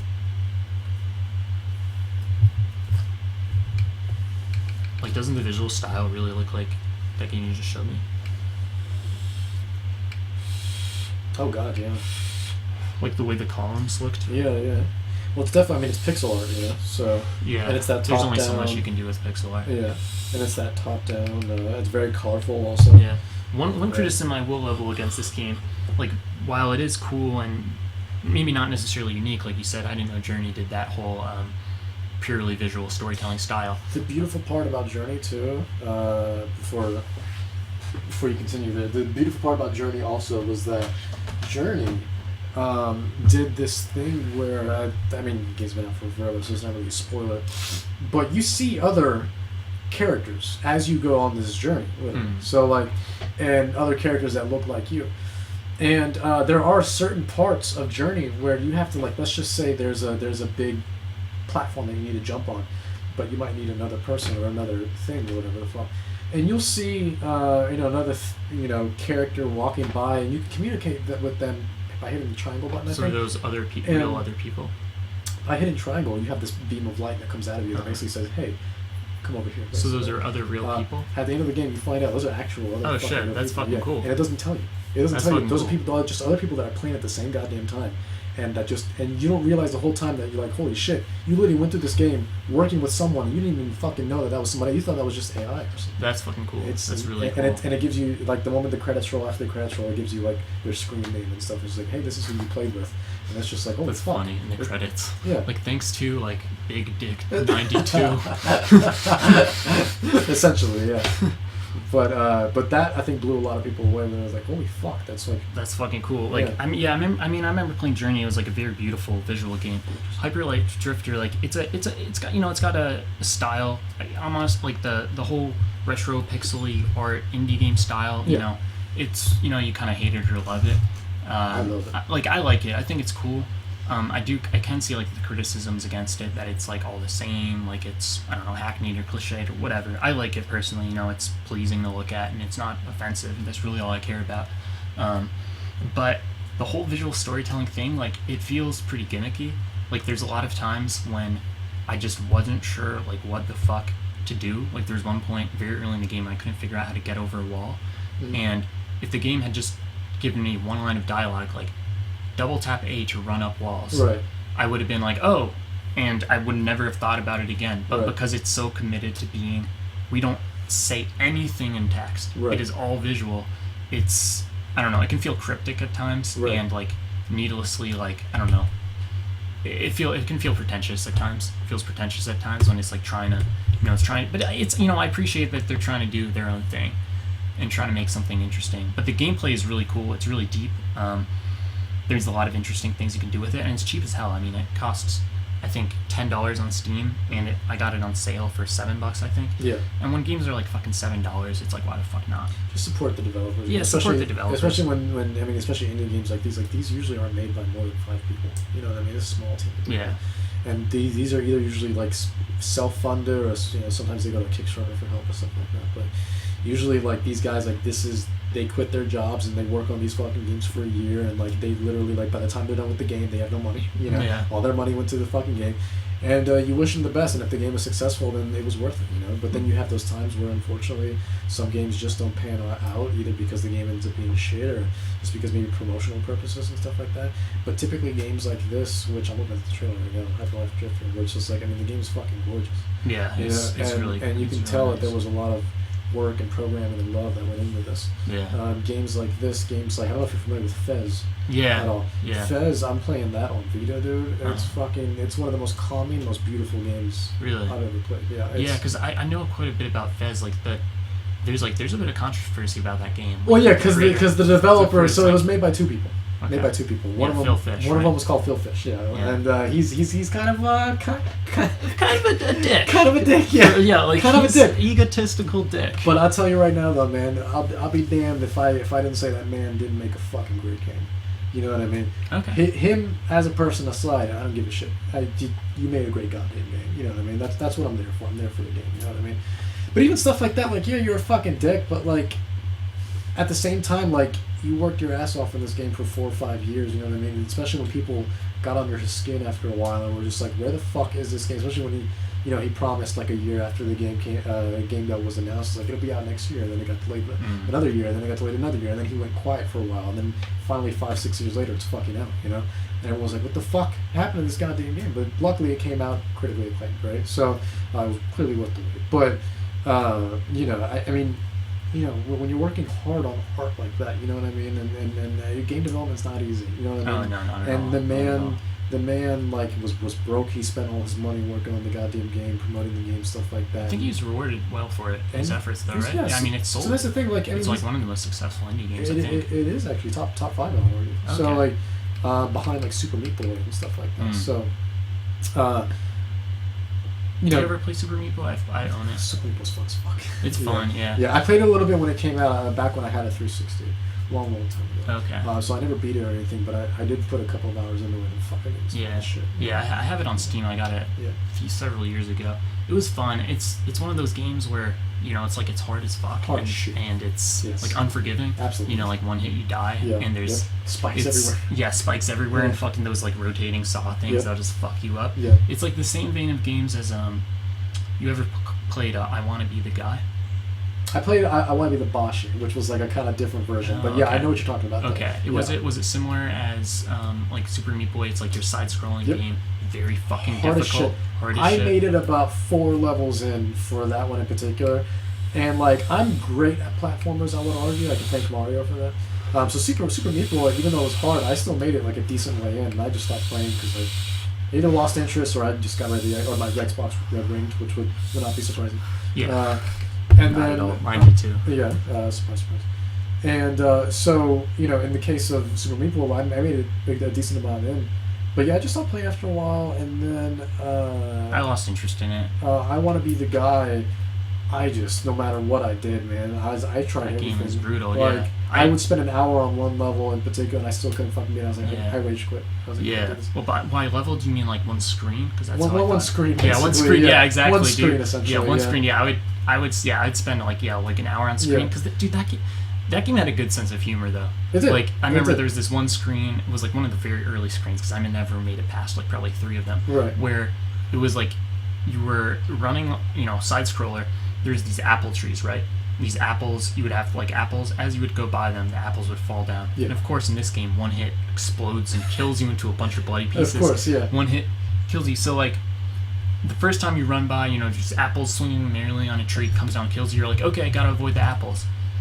There's 3 trees. So after you got killed the first time, you run right under it. Make sure the apple falls down, doesn't hit you. You run to the next one. You do the same thing. You go forward a little bit. Apple falls down. The third one, the apple fucking falls up. like it goes up through the screen and fucking kills you. Right. Like this game, like it knew that you would get lulled into this false sense of security by having like two of the same kind of traps, one right after each other. Yeah. So that you're like, oh, okay, I understand how this works, and then it just fucking like curveballs you and like wrecks your shit, dude. That game was fucking funny as hell. I remember there's also screens where that game was cool because you could go in like multiple different directions. It would take you through like, you could go like 5 screens to the right and it would just be a dead end. Yeah. Like it would be a bunch of really difficult things. Right. And you would never know that you could never get past that. Yeah. I remember like watching a YouTube video and the guy just went left. I was like, wait, he has to go right. Right. He has to go right, and I like started watching more videos, reading the comments. People are like, "No, that's just a dead end." Yeah. Like, there's no reason that, Right. like, it has to have all these traps and bullshit because you can't even go beat it. In I Want to Be the Boshi, I don't know if I Want to Be the Guy did the same thing, but there was a character selection thing where you could actually download mods, kind of, and basically there was a few levels where I played as Yoshi, and I had the Yoshi sprite from Super Mario World and stuff like that. Same thing with Mario. You could play as the Powerpuff Girls and stuff like that, and it didn't really change the way they played. I mean, Right. it was just aesthetic. Yeah. Versus, The sprite is different. Yeah, exactly. The physics and everything was the same. They didn't have any special powers. But yeah, I was playing as Yoshi, and I felt bad after a while because I was like, fucking this shit was so hard with blood everywhere. Oh god, fucking, I feel bad too. Like, god damn it, Yoshi, I don't mean to kill you over and over again. This fucking game is hard as shit. Can't get past it, man. It's hard, but all right, man. Let me cut to that announcement. I told you we were gonna. I haven't even told you this yet. So Seriously? yeah, we haven't even done the announcement yet. I wanted to Damn. wait till like close to like the end of the podcast, something like that. We're closing in on an hour and a half, so I think we've done a solid amount. So the big announcement, right? ZoriaZone. That's where we're at right now, right? So this podcast, the title of it, it's in Latin on the stream, but the title of it in English is called "Thank You for Playing." Uh-huh. Do you have an idea of why it's called "Thank You for Playing"? Because they say that at the end of games sometimes. They do. Yeah. But is there a reason why we're calling this podcast then? I don't know. So ZoriaZone's done. It's done. It's done. Okay. It's done. We're closing this chapter. Okay. This isn't going to be the last podcast. You and I are going to be doing many podcasts Okay. more. But this is going to be the last ZoriaZone podcast. This is going to be the last ZoriaZone stream. Okay. Period.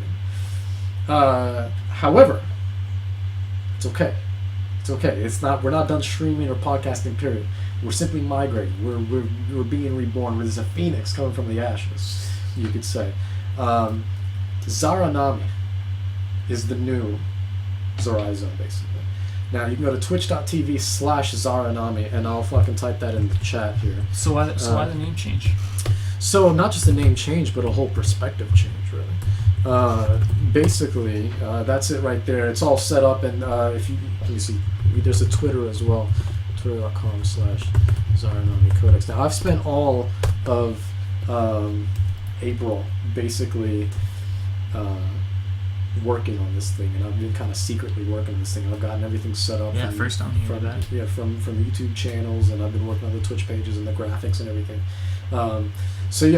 So ZoriaZone's no more, but the reason for that is I feel like ZoriaZone as a channel and just as an entity or whatever the fuck it stood for the last couple of years, it's kind of, I don't want to say lost its way, but it's kind of drifted to kind of this thing where it's just like, I don't know where ZoriaZone's going anymore.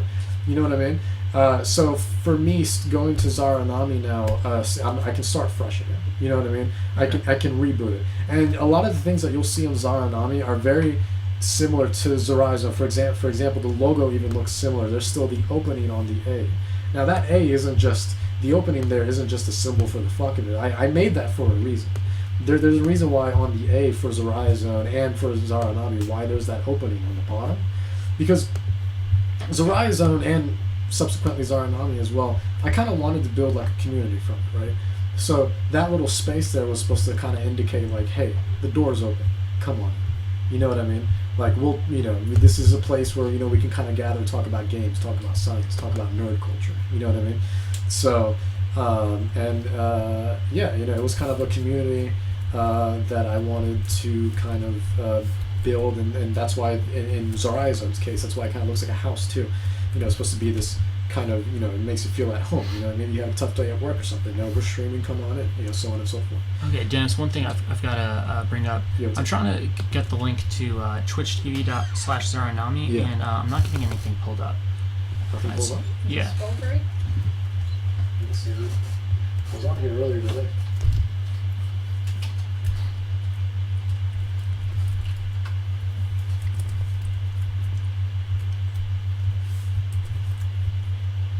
That's right here. Did you type it in the link correctly in the thing? I'm not getting Twitch.tv/ZoriaNami. How is it capitalized? Well, even if it was in all caps, it'd be fine. The link would be the same. ZARANAMI. NAMI? Yeah. Huh, I wonder why it's not working on my computer. Wait, fuck.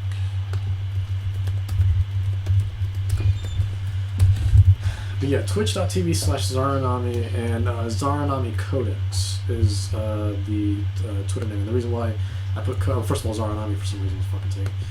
So the Codex there, kind of like in ZoriaZone, there's Zone, right? Zone is in the name.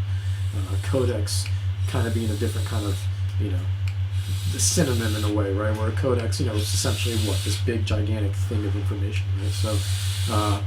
So that's kind of why that's there. And the email is the same way as well, the Gmail account for that. So, so anyways, I just kind of wanted to migrate and start fresh again. ZoriaZone had a good run, but I also think every time, I've tried to stream as well, it's just been, traffic isn't, what it used to be either. And I don't know if it's because maybe there's something wrong with the branding, something that I did or something like that. And, it's been like this for the last year and a half, you know what I mean? So it's just like, we still get great people that come in, and I'm grateful for everyone that comes in. But, I think it's time to, just kind of close, end this chapter, basically, But like I said, it's not ending the book. You know what I mean? It's just a new chapter starting with ZoriaNami. That's all it is. Cool. We're just migrating, basically. That's all it is.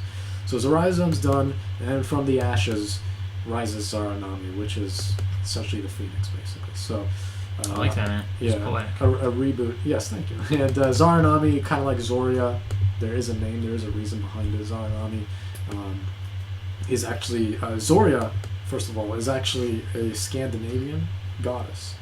Zoria is actually supposed to be a Scandinavian goddess for beauty, basically. Beauty okay, I'm not familiar with the Scandinavian mythology. So and then ZoriaNami is a mixture of two goddesses.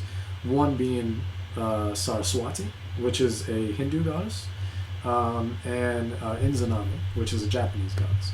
And I know. Yeah. So Inzanami, I think they actually put that goddess in Smite too, if I'm not mistaken. Yeah, but. I know that from Naruto. Is there a there's Naruto? a technique called I think it's the same one as called I'm gonna have to look up the spelling of it. Inzanami is the goddess of both life and death, basically. So she's creation more so, but she can create, but she can also kill the creation. Is Izanagi? Is that the same thing? Inzanagi. This is spelled.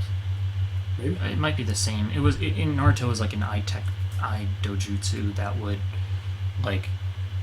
Eye technique that would make people believe false wake people up out of false dreams and things like that. And it was just, I don't know, some anime thing. No, I think that's a different thing. Yeah, but a lot of the things were based on Japanese mythology. Yeah. So and then Saraswati is a Hindu goddess, and she's the goddess of art, basically art, intellect, and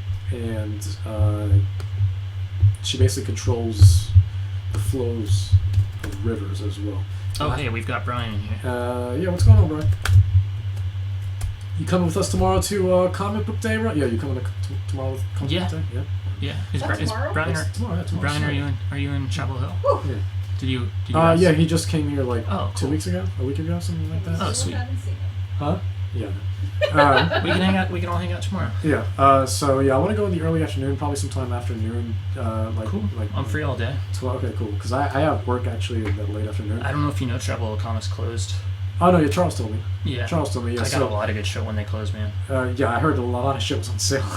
Everything. Yeah, like Dude, I mean they were liquidating. So I got like literally a stack of graphic novels this thick for my sister to give me a gift card for my birthday for like $20. Oh my god, that's amazing. Yeah, that's all like amazing. A bunch of stuff I'd never heard of before. Fuck yeah, awesome. It was awesome. A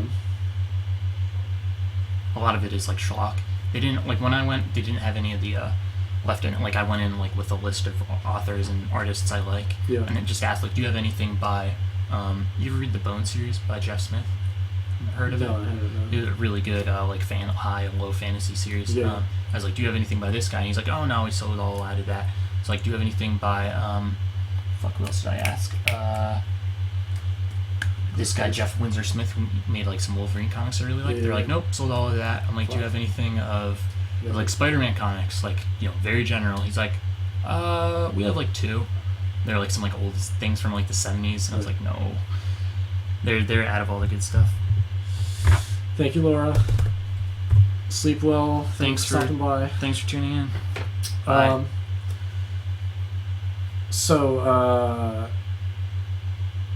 Yeah, I think I want to meet up at Charles's place just so we have one place that we meet up at, and then we can go from there.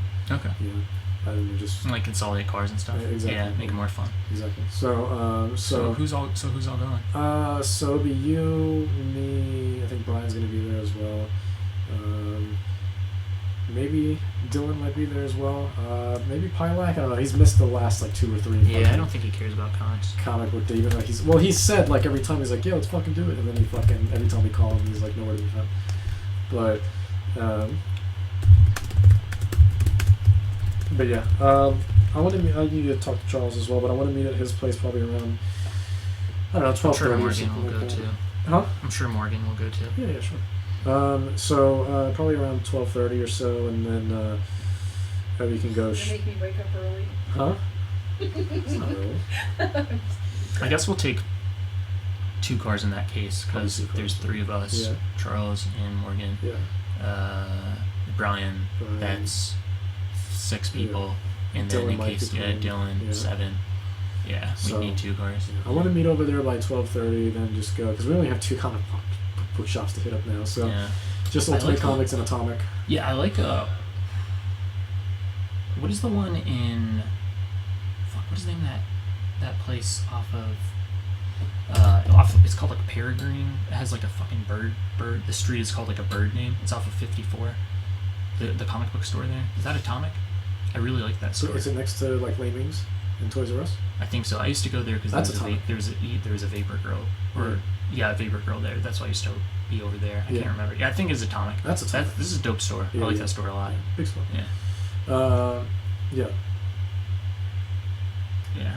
Yeah, that'll be cool. I wonder what they'll. I'm sure if we look it up on the internet, we could figure out the comics they'll have. They usually have them decided like a they have it well in advance. But to be honest, apparently there's going to be a rare like Zelda one. That's really? Like, yeah. I like going into Free Comic Book Day blind. And being pleasantly surprised by the stuff they have. Yes, rather than know what it is. Because like reading online is like one thing, but then actually seeing it and being like, oh shit, they have like a Zelda comic. That'd be fucking dope. So the only thing I know of is there's going to be a Zelda comic that's going to be very rare that probably won't be there. And there's going to be an Attack on Titan comic as well. That's cool. So, I remember last year, well, I don't know if I was here. I wasn't here for last year, Free Comic Book Day, but the year before it might have been Attack on Titan as well. Okay. It was like, they had like a small manga book, and it was the first time I'd ever seen Free Comic Book Day, they gave out manga. It wasn't like a full volume, like I'm sure you have, and you mentioned manga volumes before, but it was like a tiny volume, 30 pages or so. And it was really cool to see. Gotcha. I'd never seen it before. Yeah. Like, you picked up one too, I remember. Yeah. I don't even remember what it was though. I could have sworn it was either Attack on Titan or some other like super popular thing like that. Yeah. I think we should all meet up at Charles's place tomorrow, probably around like 12:30. And then we can go to Ultimate Comics and Atomic Empire just because, hopefully get a decent amount of stuff done within the next couple. I think Diego might be coming too, so it's going to be a decent amount of people. Because I do have to work in the afternoon, later in the afternoon, so. But yeah, anyways, Brian, you made it here right after we made the announcement. Basically, ZoriaZone's no more. ZoriaZone is no more, man. This is the final stream. This is the final podcast for ZoriaZone. But Phoenix from the Ashes, man. Just go to twitch.tv/Zaranami or twitter.com/Zaranami Codex. And yeah, so that's where everything's going to take place from now on. But yeah, there was a reason behind it. And yeah, but I'm excited to start a new venture. You know what I mean? With Zaranami, start fresh. You know, build a fresh community over again, and hopefully the people, you know, a lot of the loyal people from ZoriaZone do end up migrating. I still have to make a graphic that basically says we're over at Zaranami now, but yeah, the Twitter's there. You know, I don't know how much longer the ZoriaZone Twitter is gonna last either, but we'll probably still tweet stuff in there from time to time. Definitely retweets of all the important news and stuff like that. So yeah, name change is free. No, there wasn't a name change. We're starting fresh. It's a whole new Twitch channel. So yeah, we're starting fresh. We're starting from the bottom again. Just because, like I said, ZoriaZone's kind of went in its own way, and I don't know what the hell's going on with it. So, but it was a good run. It was a good run. A lot of good memories. And yeah. So, but yeah, everything from now on will be over at Zaranami. Zaranami is the new ZoriaZone, and you know, I tried to make it a more modern, a more revamped version of ZoriaZone. That's why you see a lot of things that do look similar. Even the slogan is the same, right? We create, inspire, play. So, yeah. But yeah, I took care of all the graphics. I spent all of April basically taking care of everything. So graphics and you know, stream keys and stuff like that. Basically everything that I need to get set up to that way. When we do start streaming, everything's up and running right away. So yeah. But yeah, it's exciting. And I guess before we go, so you see this Prey lanyard, right? I have a story about this. I want to give a shout out to Bethesda and Prey, just in general, because who worked in this? Arcane Studios, maybe? But this fucking saved my life at work the other day. Because the other day at work, I shit you not, my belt broke. Conveniently enough at work. And I just happened to be wearing baggier than normal pants, right? So I was kind of just fucking like holding my pants everywhere I was walking, you know? And I was like, I can't do this. Especially if I gotta take care of something. The moment I lift my hands up, that's it. It's like, you know, I might as well be in a fucking swimsuit. So, this, I tried to think of some remedies. I was like, well, what the fuck? I gotta be able to do something. Because I got tired of fucking holding my pants up. So I was like, you gotta be fucking something. So I found this lanyard in the back room, right? Put this on. I tied this shit on tight, and my pants stayed up. So I'm gonna give a shout out to Bethesda for nice. this solid. Dude, they helped you out. Yeah, for not making me go to work naked that day. So that's good. And yeah, and then Brian, you were looking at this earlier, this Diva. Oh yeah, that is sweet. Pop. I think Brian's seen it, but yeah, we got this Diva pop. We got a little mini Diva in her neck right here. She comes on out. She's like, fuck me, nerf this, bitch ass motherfucker, you know. And yeah, and you put her back in here. And then the other day, I ended up getting the Symmetra pop, since I'm a Symmetra player now, and of course, and then of course we got May, and for that I'm not so sorry. And actually, I found something out about that quote the other day. Apparently, that was a mistake. That was done completely by accident. That sorry. So that line sorry, which everyone fucking loves. Apparently, that wasn't a line that they gave her. What happened was she fucked up one of her other lines. So she was like, so after that, she was like, oh, sorry, so sorry. And the mic was still on, and they recorded that. And then the guy who was recording it and the director looked around and was like, please tell me you got that, right? And he was like, yeah, we were still recording that. He's like, we're using that fucking line because it fit May's character so well, even though it was totally by accident. It wasn't even planned. So that's where that line came from. But yeah. But yeah, man, twitch.tv/Zaranami. this is the final chapter of ZoriaZone, man. But it was good. It was good. It was a good run, but that doesn't mean it's the end of the podcast. Doesn't mean it's the end of streaming. Everything's gonna be the same. It's just gonna be a new name, basically. You know. So a new name. We're gonna be starting over, and conveniently enough, this is actually the 40th podcast. 40th. Oh, cool. So even number. The big 4-0, right? I was gonna say even number, right? So we're gonna go from 4-0 back to O, and but eating Korean barbecue, man, you're gonna rip a new asshole later, Brian. So, but yeah, ZoriaZone's done. So thank you, everyone, for watching. Brian, as always, thank you for being here, podcasting. Yes, thanks. It's a pleasure to be here. Chill with us. Next time we do this again, it'll be a Zaranami podcast instead of a ZoriaZone one. But yeah, we're gonna make it more. We're gonna try to expand it more. You know, not focus so much on game. You know, when ZoriaZone started, it was heavily game focused, but there's so many great things to talk about outside the game inspection as well. For example, we spent 30 minutes talking about fucking coffee. Yeah, personally, I enjoy podcasting more about other topics. Same thing. Yeah, I mean, there's so much to talk about anyways. Why keep it confined to one fucking thing? Yeah. You know what I mean? So, especially, I want to talk about science. I want to talk about coffee. I want to talk about, shit that happened to you. You know, what happened to you recently? You know what I mean? What happened to me recently? Shit like that. We got stories to tell. You know what I mean? So, yeah, I get it, dude. Yeah, it's cool.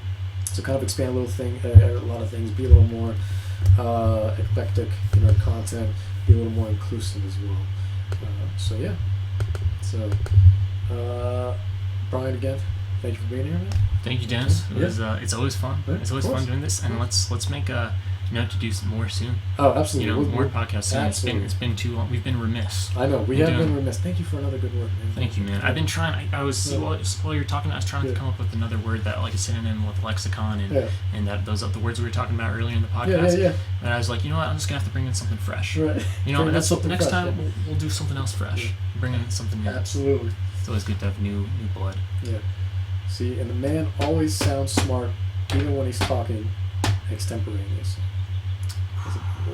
That's a good one. Pound for that. I think that's number 5. Numero 5. Absolutely. See? Yeah. When he's talking, for if the word's too big for other people, it's like not scripted, just kind of out there. So when he's talking from the heart more so. So, yeah. Anyways, that's it. Big XL. I put it in Roman numerals this time because that'll look cool rather than just 40. XL. So that's the ZoriaZone XL, man. And also, I guess this could be considered Zaranami number 1, I guess, since we're kind of transitioning now. So, so we'll be back with another Zaranami podcast, sooner rather than later for sure. Maybe even next week. So we'll see what happens. But tomorrow definitely going to be free comic book day. So if anyone, if you got any local comic book shops, definitely hit that up. We're going to be going, and I'm pretty happy for that. So absolutely. Yeah, looking forward to it. So, all right, you guys take care, and as usual, you guys take care. Have a good one. Ciao. And happy gaming. All right. Peace. Later, guys.